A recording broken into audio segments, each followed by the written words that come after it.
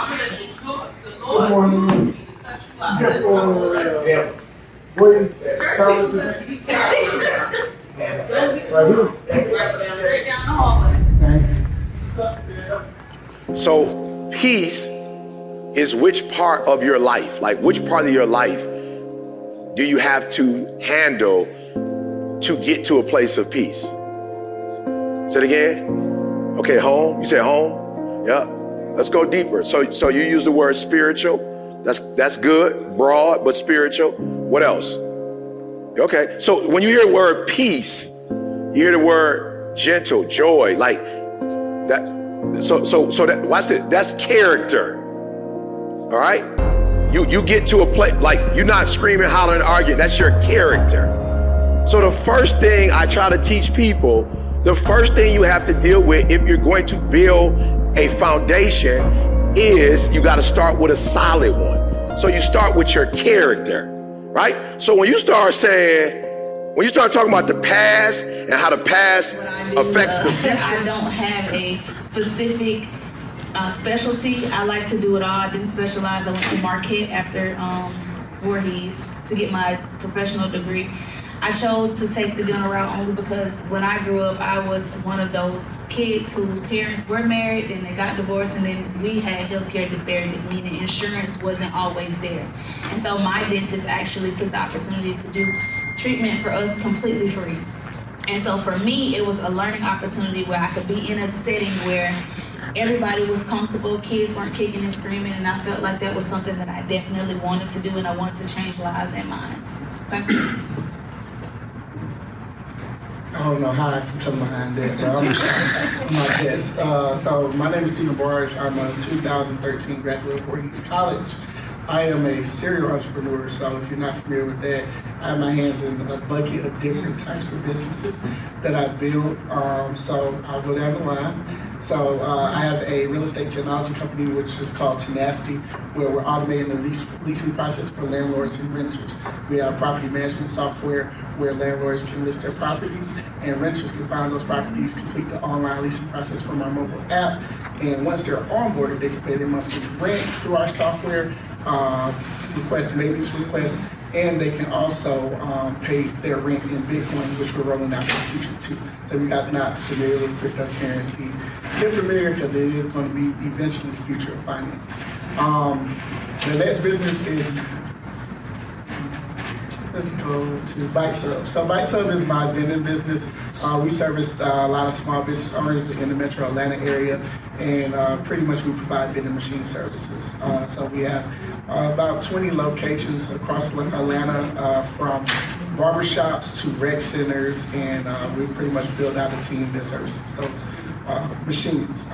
The next business would be Plural, which is my travel accessories brand, and that's pretty much just focused on travel accessories. It's an online e-commerce store that's primarily focused on just you focusing on traveling efficiently. We have passports, we have bags, which is our specialty product.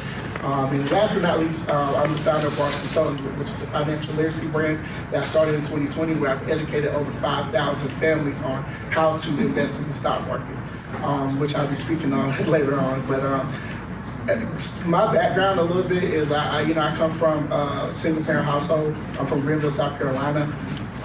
Growing up, I didn't learn about a lot of things about financial literacy, entrepreneurship, and I was just telling the doctor here that at Voorhees, when I was a student, like me looking 10 years back to like where I graduated to where I am now, I just wanted to get a job. I was an accounting grad. I wanted to move up the corporate ladder. So I wanted to work for PwC.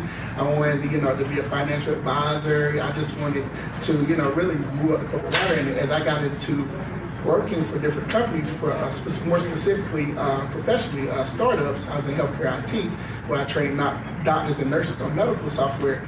I got curious about creating my own software around things that I've always been interested and passionate about: real estate, financial literacy. So it's crazy because a lot of the paths and things that I was interested in as far as a career field, I created jobs around those things, or created businesses around those things. So my primary focus is really just getting educating a lot of people around me on business, entrepreneurship, letting people know that you can be placed in an unfortunate situation and make the best out of it, you know. So a lot of times I tell people where you are now is not your final destination. So you can be in a totally different place right now, and in 5 years you can be in another place and elevate your life, elevate your mindset. But you first have to know what's positive for you. But yeah, that's my introduction. I'm long-winded, so I'm passing the mic. Sorry.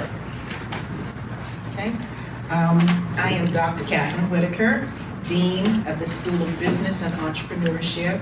And as we were talking earlier, Dr. James Ross went to school with him, and he's one of my faculty members at Voorhees. And we are doing a lot of things now for our students, and you're going to be surprised as to some of the advantages and opportunities that our students have.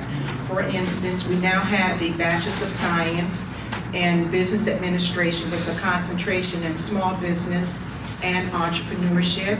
We also have the Bachelor of Science with the concentration in healthcare finance.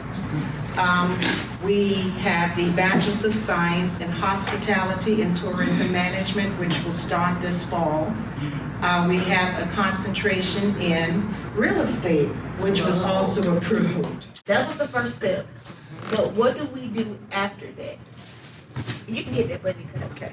Yeah. Just hold it down. There you go. Okay. One of the things that I think you all can do is to be more visible on the campus, okay? And we, the School of Business and Entrepreneurship, we can actually work with you all to bring you back on campus so that our students get to actually see former graduates and how you all have progressed and you own your own business. I think hearing it is one thing, but actually being able to see it is something totally different. I was also sharing with him in the month of November is Small Business Month.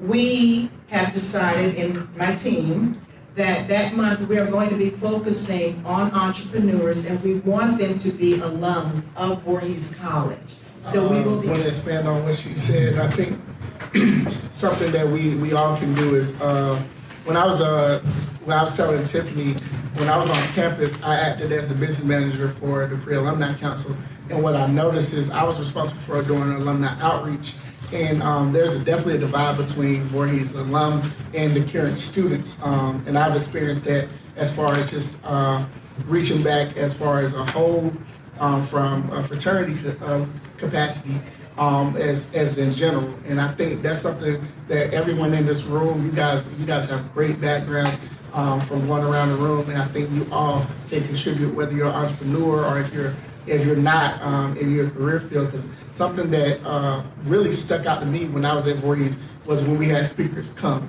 and me seeing people of color go out and achieve different things. I never saw that. I grew up in Greenville, South Carolina, in the neighborhood, you know, it wasn't a rough neighborhood, it wasn't the suburbs either. But so, I played basketball with the drug dealers. So let's just say, you know, and some of them was a bit older than me, you know, and things like that. But that's from what, growing up and seeing people around me and what they was doing, I think the generations, a lot of things changed over several years. I think, it was like work hard, get a job, get a trade. And I think with millennials, things are shifting. We're not staying at jobs for 20 years. Right. You know, if they're not giving us our work or they're not paying us, we probably out. We're gonna move on to the next salary and we're gonna get that pay increase. A lot of companies has been, as far as, I know I'm getting away from entrepreneurship, but diversity and inclusion. We can feel in the workplace where we're not valued. Latonya realized that she wasn't valued, and she went out and started her own business, her own practice. And I think sometimes that's something that's not really celebrated in the Black community. Something that I posted on Facebook a while ago is you would post, hey, I got a new job. This thing get like 500 likes. They're like, congratulations. You say, hey, I started a business.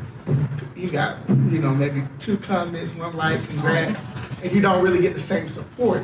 And I think mentally, for one, it's easier, in my perspective, to go get a job, move up the corporate ladder, but it's harder to create something from scratch, build a structure, build a team. And what I'm learning in business is you can't do anything without a team. So I was a one-man band in my businesses, and luckily I touched 6 figures in 2 back-to-back years. But what I realized is that if I want to scale, I want to get to the millions, I need a team. I need systems, I need processes, and a lot of that structure I had to learn on my own. So the good thing that these students have is a foundation. They have people around them that did it, because I was learning business from people that didn't even own a business. So that made me look, at the education system a little bit differently. I was learning, accounting from Dr. Caslin, and he actually introduced me to investing and why I'm doing what I'm doing today, to give back to the community. But that was my only perspective that I saw around as far as business, investing, things like that. So I think when we're taking action, sometimes it's good to let other people know and help other people up that's trying to climb that ladder also. You mentioned something, Dr. Whitaker, that's taking place in November. What are your thoughts about incorporating that into the homecoming activities while alumni is already there?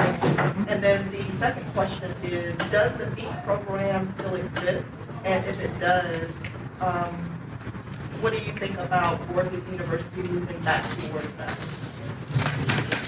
Okay, let me answer the first question. The kickoff for Small Business Month is the Wednesday of homecoming week, and we purposely did that because we know that we would have a lot of alums on campus that week.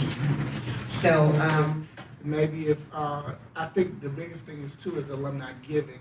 I ain't go too deep into that, but I think a good gesture would be, let's just say we have entrepreneurs that have products and that do want a table, they can donate $100 or a certain amount to the School of Business and Entrepreneurship to set up their table and sell their products in a specific area of campus during that weekend. Now, these companies would have to send over, I don't know who's gonna spearhead it.